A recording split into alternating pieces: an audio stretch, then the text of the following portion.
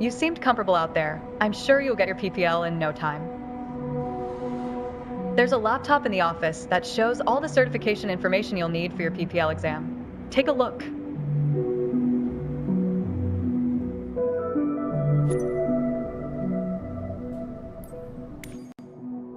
Here you can see all the different certifications you can pass throughout your career. Your first step is to work towards your private pilot license. All the training lessons you'll need to pass the PPL exam are available here. Make sure you're comfortable with these before taking the exam.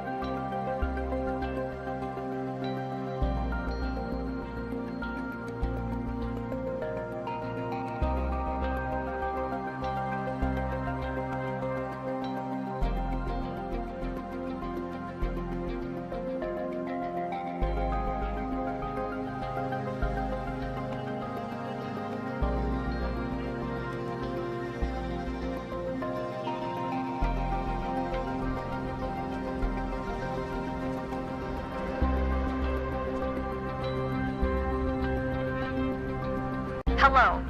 Today we're going to go over all the steps that precede turning on your engine. Those steps are essential to ensure your aircraft's integrity and that everything is in order for a smooth and seamless flight. First of all, stretch your legs a bit and take a look at your aircraft and your surroundings. We never took much time to look at our aircraft from the outside, so take your time if you want to inspect it. You might have noticed some extra bits on your aircraft. These are the covers and chocks. Covers are installed when the plane is not in use and are meant to avoid damaging its sensitive parts. Chocks are there to immobilize the aircraft. You'll need to remove them before takeoff.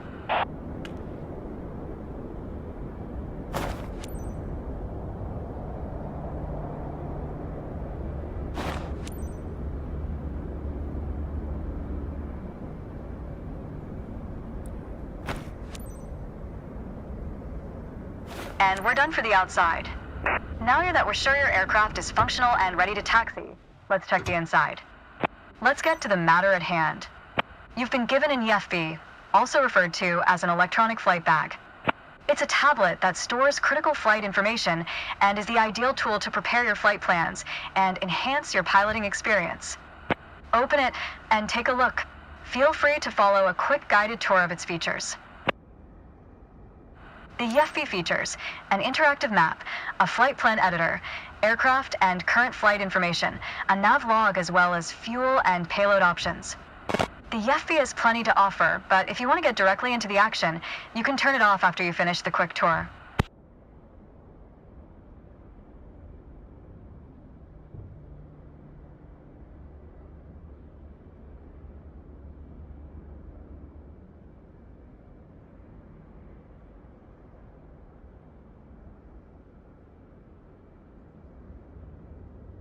It seems like we're all clear on the checklist.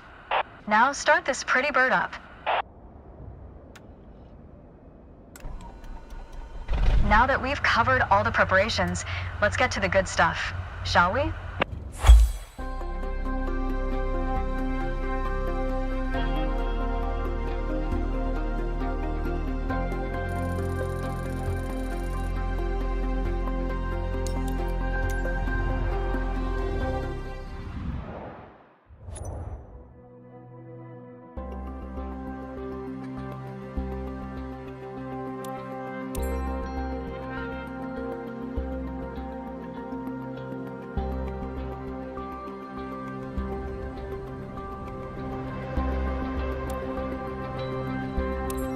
Let's take a moment to talk about taxiing.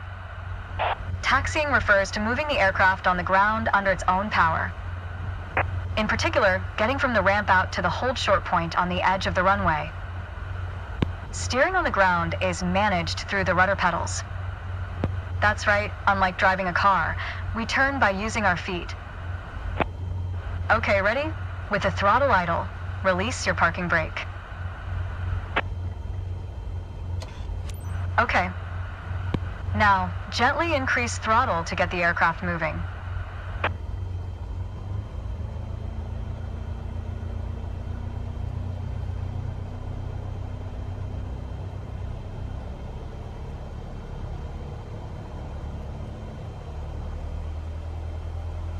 Go easy on your throttle.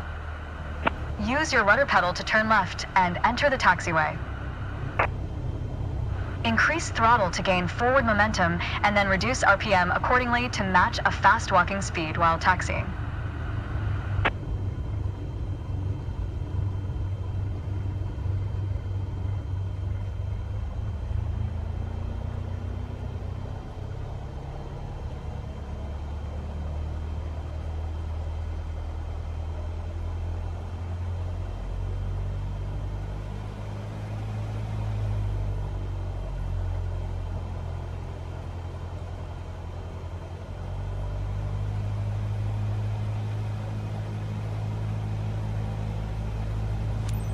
Now, test the brakes.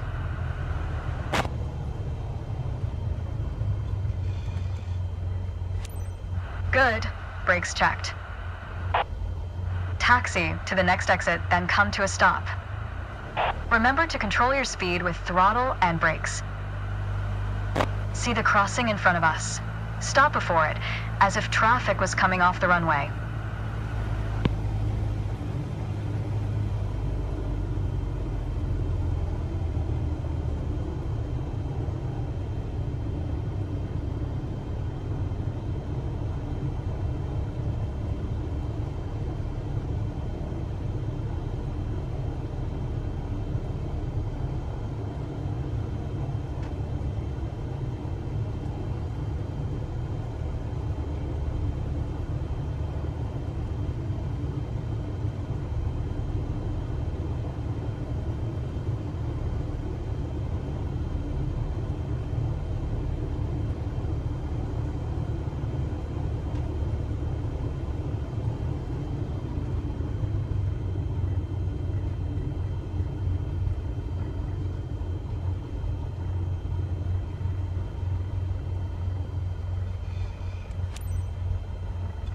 All right, taxi to holding point Alpha 1 next. It's at the far end of the airport, near the head of runway 21. Stay as close as possible to the taxiway center, marked by the yellow line, and watch your speed.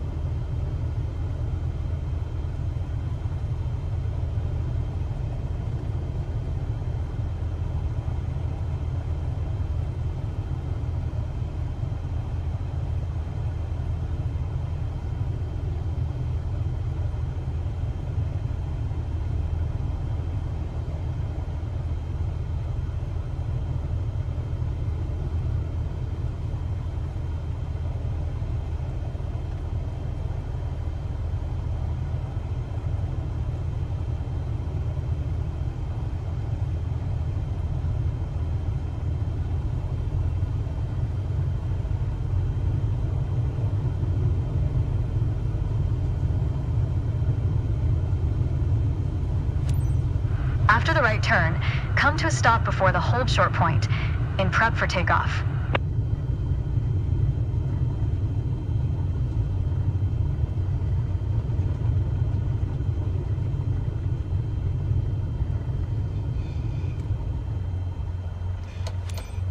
You've mastered that lesson.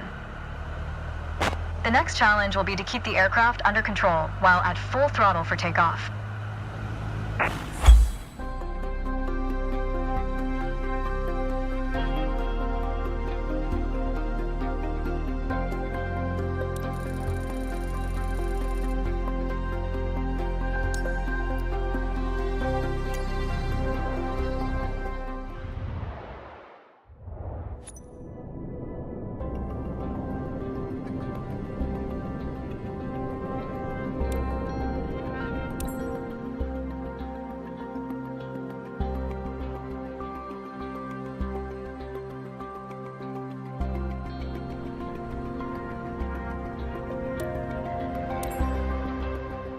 There's an old saying I like, a mile of road will take you a mile.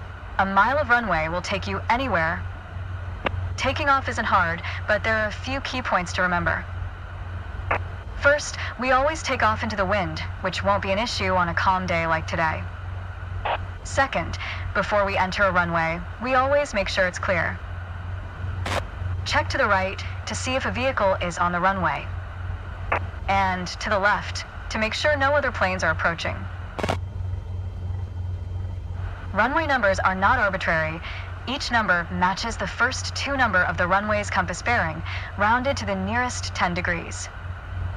For example, a runway orientated towards the north would be numbered 36, which is 360 degrees on a compass. Everything looks good, no cross traffic. Go ahead and taxi into position.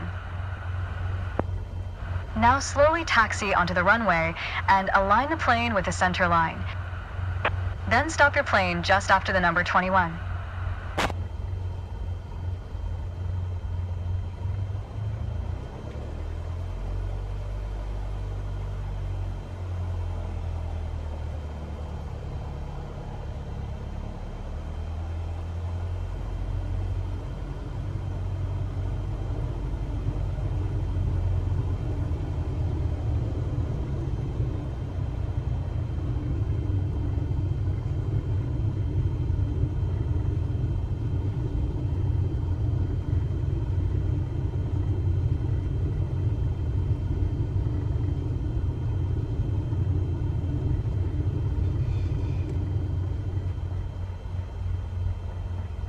Excellent. All right, let's do this. Apply full power, and I'll walk you through the takeoff as we go.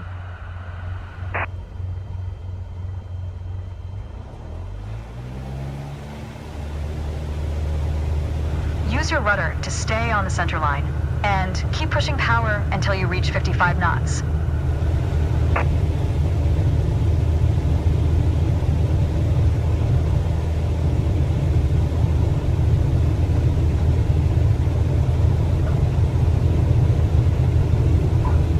Good. Now, gently pull back on the yoke.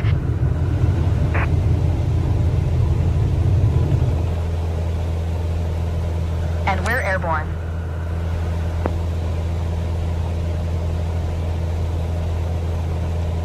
Line up the top of your instrument panel so it's a couple of inches above the horizon. That'll pitch us up and set a good climb attitude. Maintain 75 knots, and we'll reach our target altitude of 5,500 feet in no time. Focus on flying straight. Use your rudders to remove the left yaw plane has when climbing. You can see your current yaw input by looking at the MFD's slip skid indicator.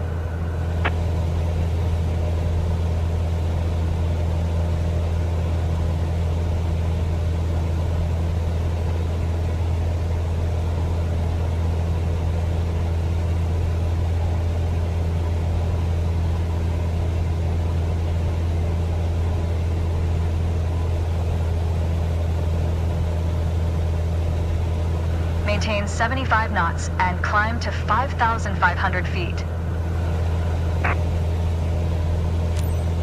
Okay, 5,500 feet. You've reached your target altitude. That was a nice takeoff.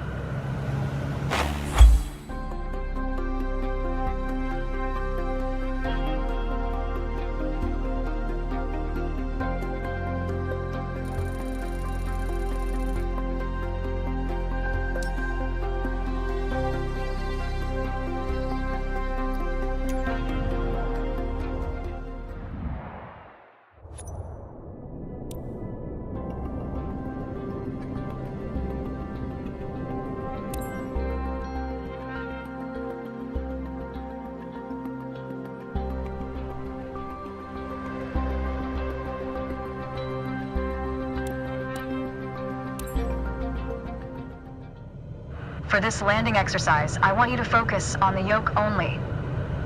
We're close enough to the runway to land safely without adding any throttle. Maintain a speed of around 65 knots.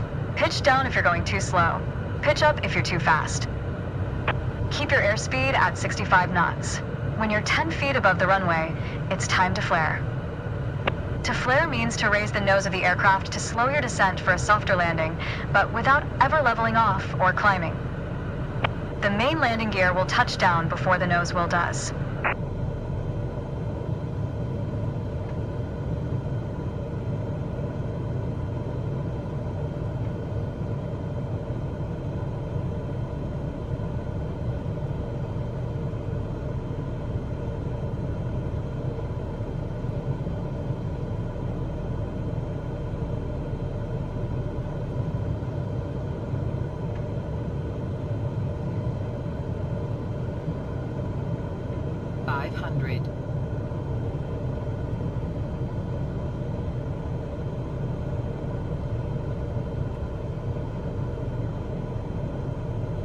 We're coming up on flare height. Resist the temptation to pull back. Now, focus on the end of the runway and pull back slightly on the yoke to aim the nose just above it. Nice. Now, apply the brakes progressively to slow us down and bring the plane to a stop. Use rudder pedals to stay on the center line.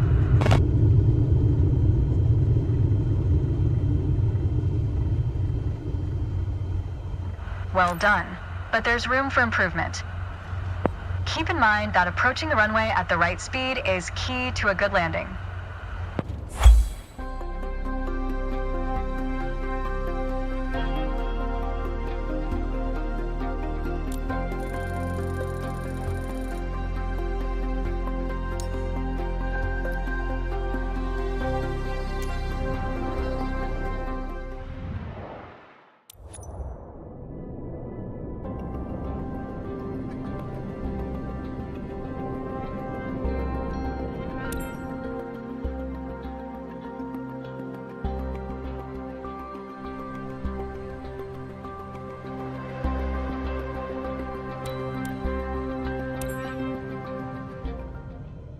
In the first part of this landing exercise, I want you to stay on the glide path by using the throttle.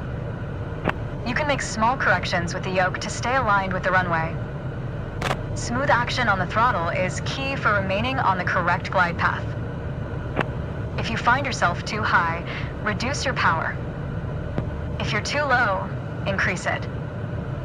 Remember though, always make soft corrections. You don't want to overcompensate.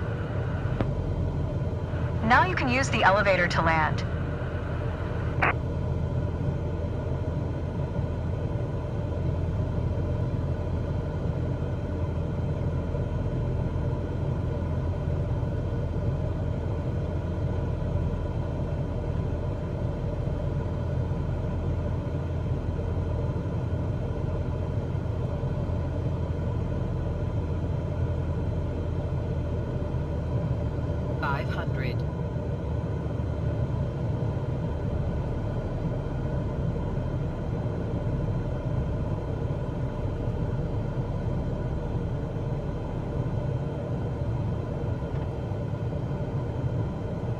Reduce throttle to idle.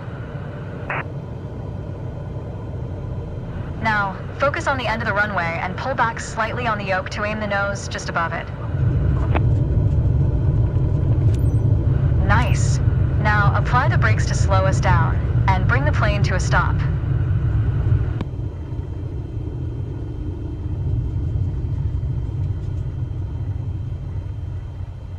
That was excellent.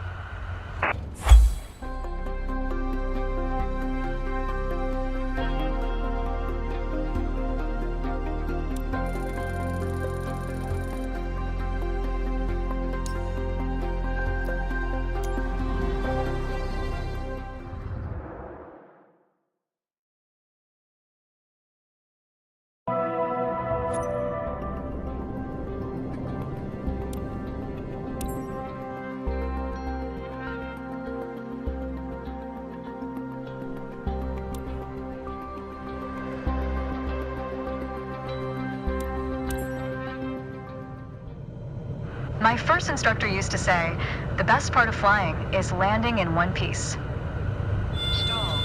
Today, you're in charge of bringing us in for a safe landing. Stall. And I've already set us up in...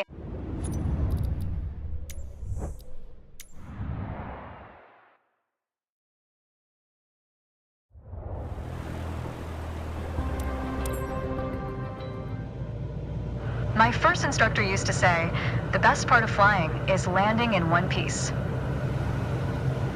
Today, you're in charge of bringing us in for a safe landing. And I've already set us up in landing configuration at 65 knots with 20 degrees of flaps. Keep your aim point on the runway threshold.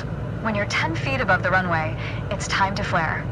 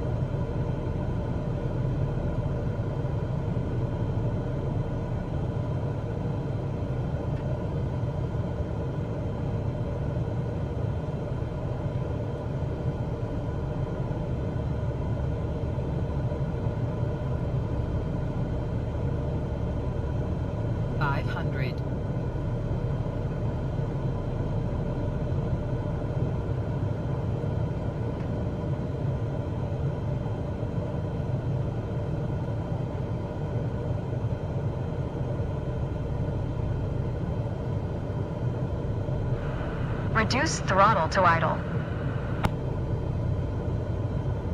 Now, focus on the end of the runway and pull back slightly on the yoke to aim the nose just above it. Nice. Now, apply the brakes progressively to slow us down and bring the plane to a stop. Use rudder pedals to stay on the center line. That was excellent.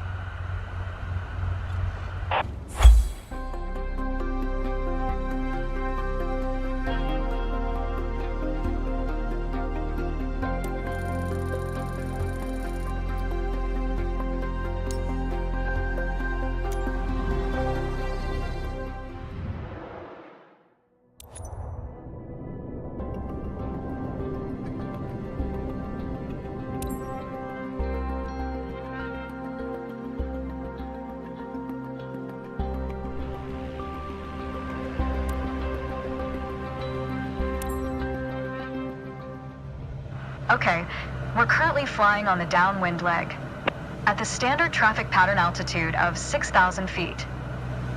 It's a flight path parallel to the landing runway, but in the opposite direction. In downwind, you want to start preparing for landing.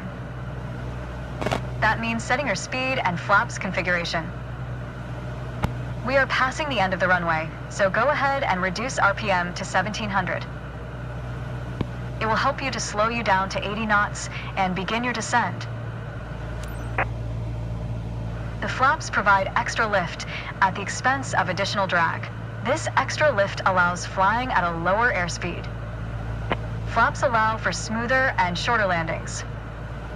Go ahead and extend 10 degrees of flaps, all while maintaining current speed.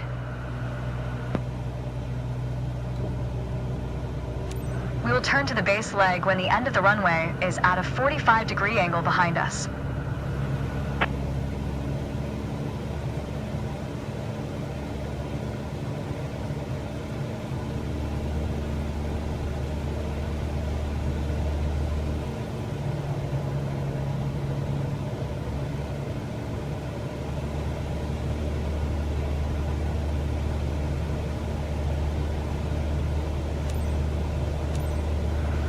left onto the base leg.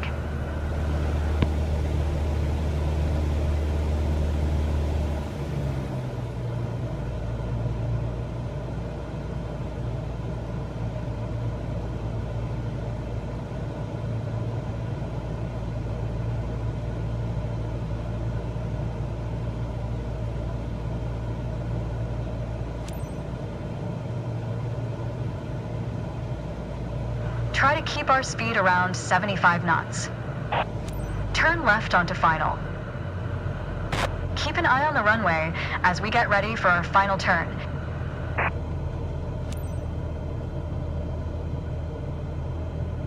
Keep a stabilized approach with 65 knots airspeed and prepare for landing.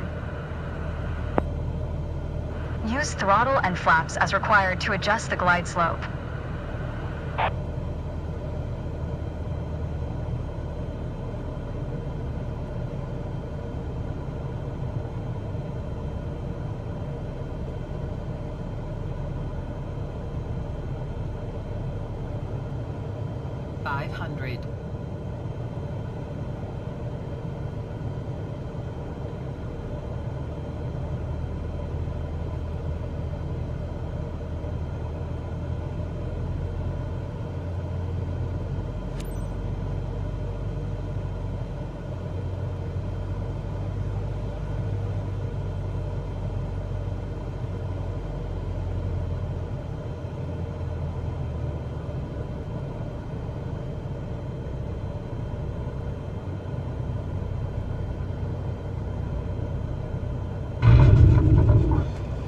Apply the brakes and stop the plane.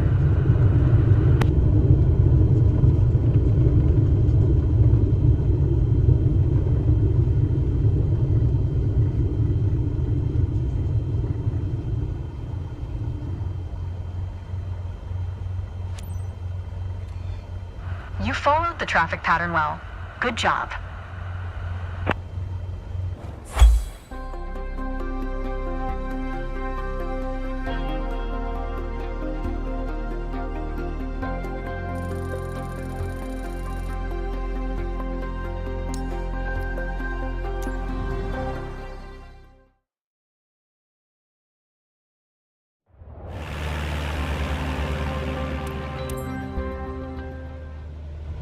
Okay, we're currently flying on the downwind leg, at the standard traffic pattern altitude of 6,000 feet. It's a flight path parallel to the landing runway, but in the opposite direction.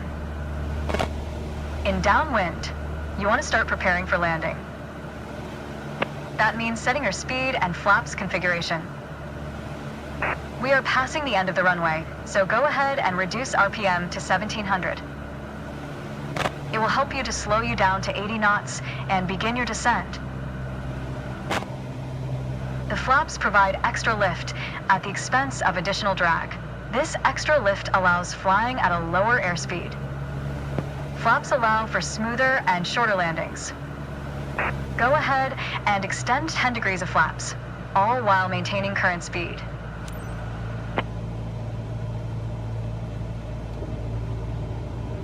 We will turn to the base leg when the end of the runway is at a 45-degree angle behind us.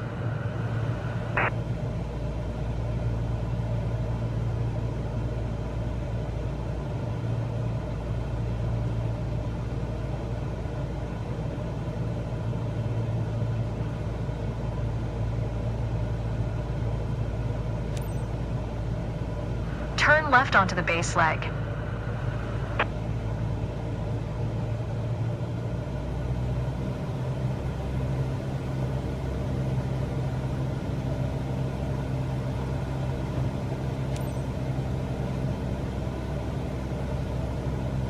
Try to keep our speed around 75 knots. Keep an eye on the runway as we get ready for our final turn. Turn left onto final.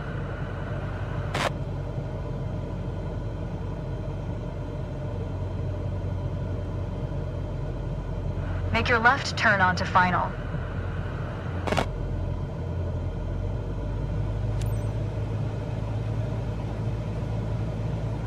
Keep a stabilized approach with 65 knots airspeed and prepare for landing.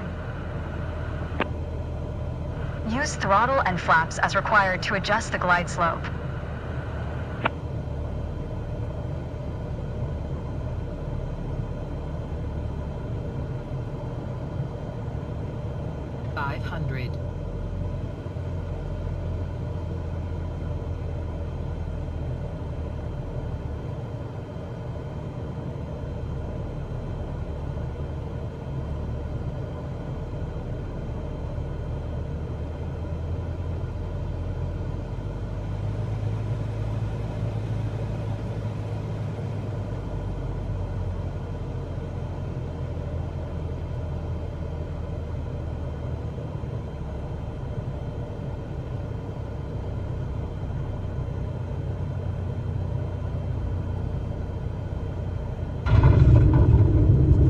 Apply the brakes and stop the plane.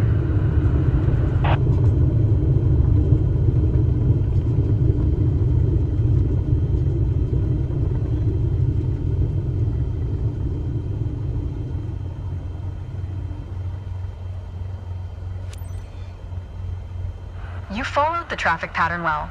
Good job.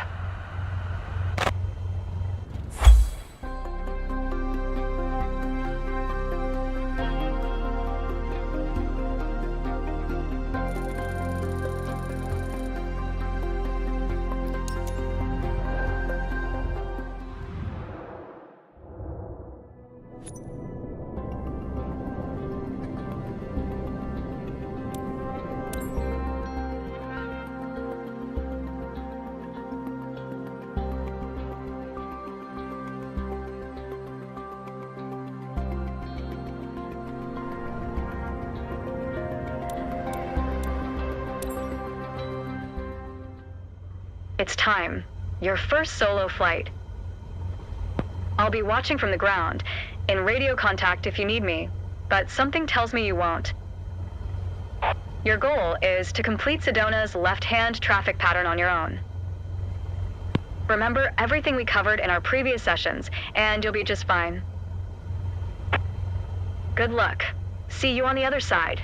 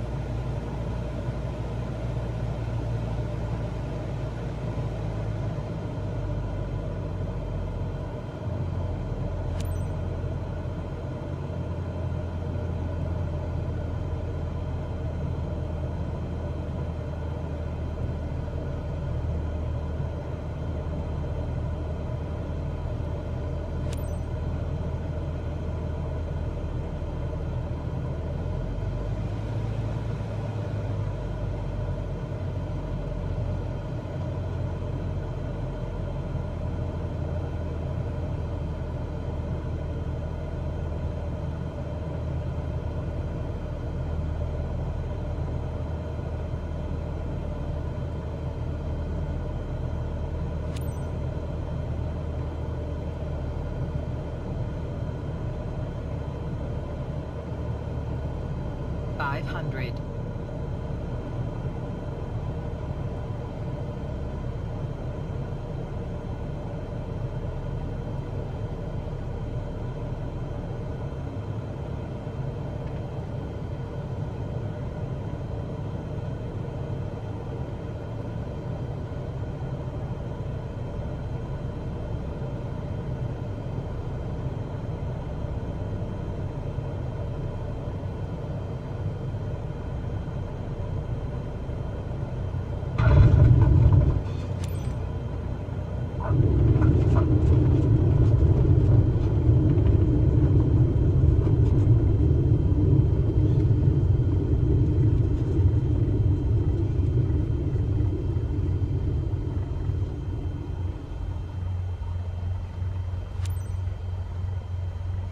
You did well, but you can do better. You're on your way to becoming one hell of a pilot.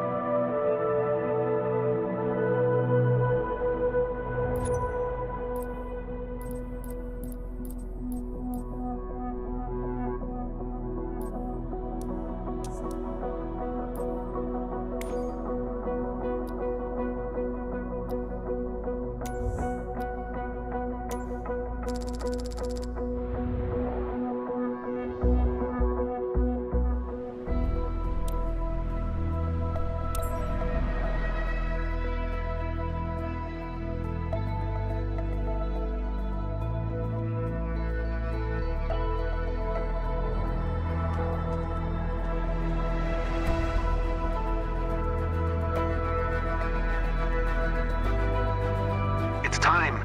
Your first ever check ride. Start by removing the covers and chocks, then join me inside.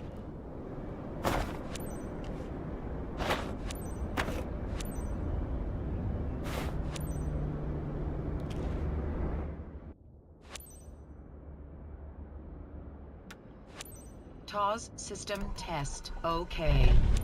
Your goal is to complete a left-hand traffic pattern, respecting flight path and all required speeds.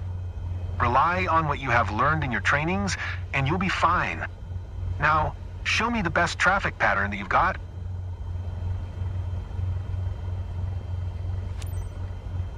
Echo Delta Quebec Golf Traffic Cessna Delta.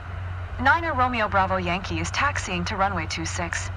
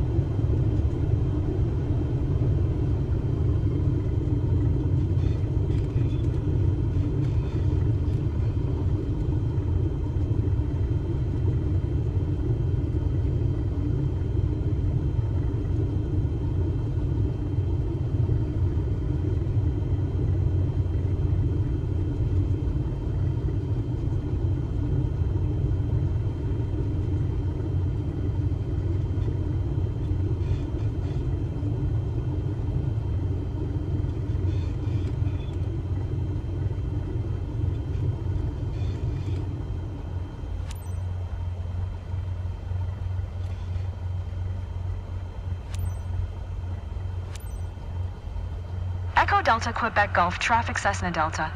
Niner Romeo Bravo Yankee taking off runway 26 left closed traffic.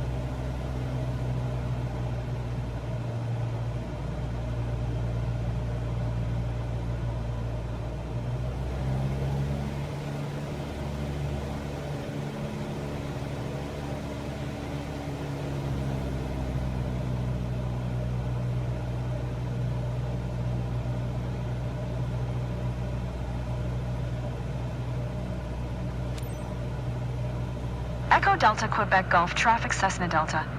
Niner Romeo Bravo Yankee 1 mile southeast, 2,000 feet inbound to land runway 26.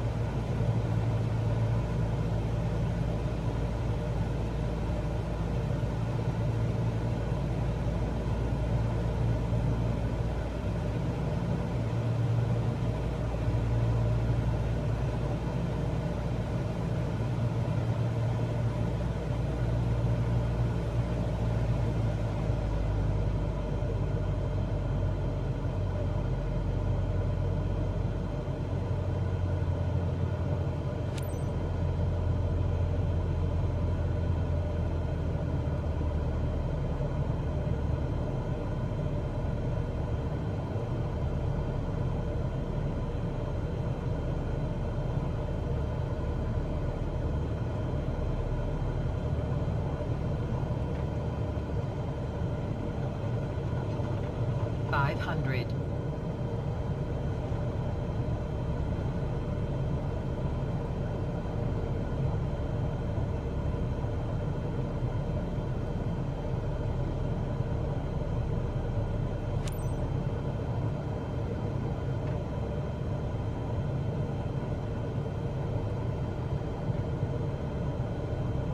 Echo Delta Quebec Gulf traffic Cessna Delta.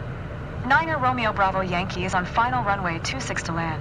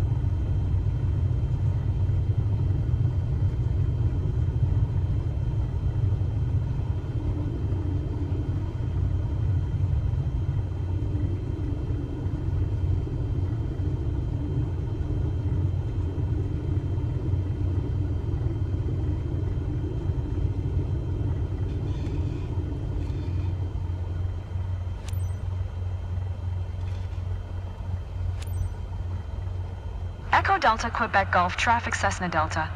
Niner Romeo Bravo Yankee is taxiing to parking.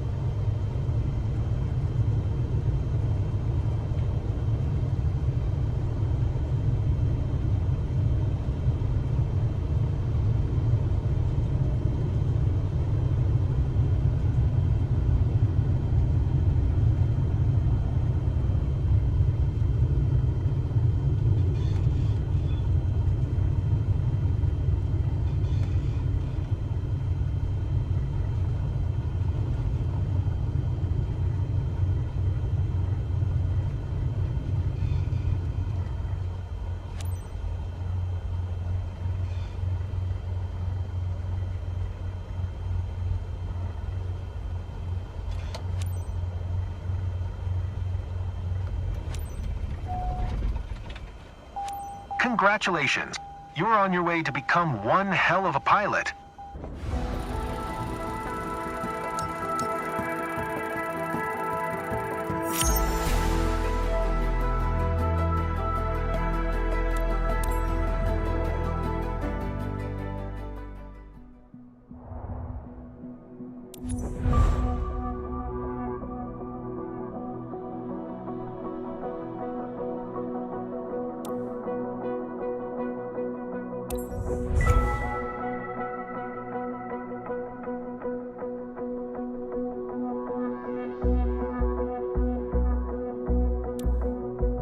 Congratulations on passing your PPL exam. Hopefully, that's the first of many steps on your career path. Your PPL allows you to fly recreationally and begin to build up your flight hours. First flight missions are a great way to increase your experience. Let's go back to headquarters and review the specializations board to learn more. As you can see, the career journey of a pilot can take many different paths. As I said earlier, your PPL is the first step, allowing you to fly recreationally and perform first flight missions, taking people on tours around the local area. As you build up your flight hours and earn more certifications, other specializations will become available. Take a look around, then when you're ready, head to the missions list to see what's available.